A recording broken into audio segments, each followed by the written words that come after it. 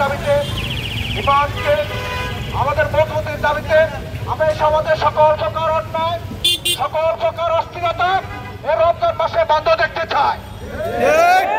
আমরা হোটেল রেস্তোরাঁ দিনের বেলায় বন্ধ দেখতে চাই এবং আমরা মদ জুয়া হারাজি সকল প্রকার অন্যায় আমরা দিনের বেলা বন্ধ দেখতে চাই। সম্মানিত ব্যবসায়ী ভাইরা যারা সিন্ডিকেট করে উচ্চ দামে মাল বিক্রি করতেছেন আমরা তাদেরকে সতর্ক করে দিতে চাই। আপনারা সারা বছর প্রফিট করেছেন, রমজান মাসে মানুষের উপরে দ্রব্যের মূল্য বাড়িয়ে মানুষকে কষ্ট দিবেন না। সম্মানিত বনানীবাসী, মিছিল পূর্ব সমাবেশে এখন আপনাদের সামনে বক্তব্য রাখবেন বাংলাদেশ জামাত ইসলামী গুলশান পশ্চিম থানার সংগ্রামী আমির জনাব মাহমুদুর রহমান আজাদ।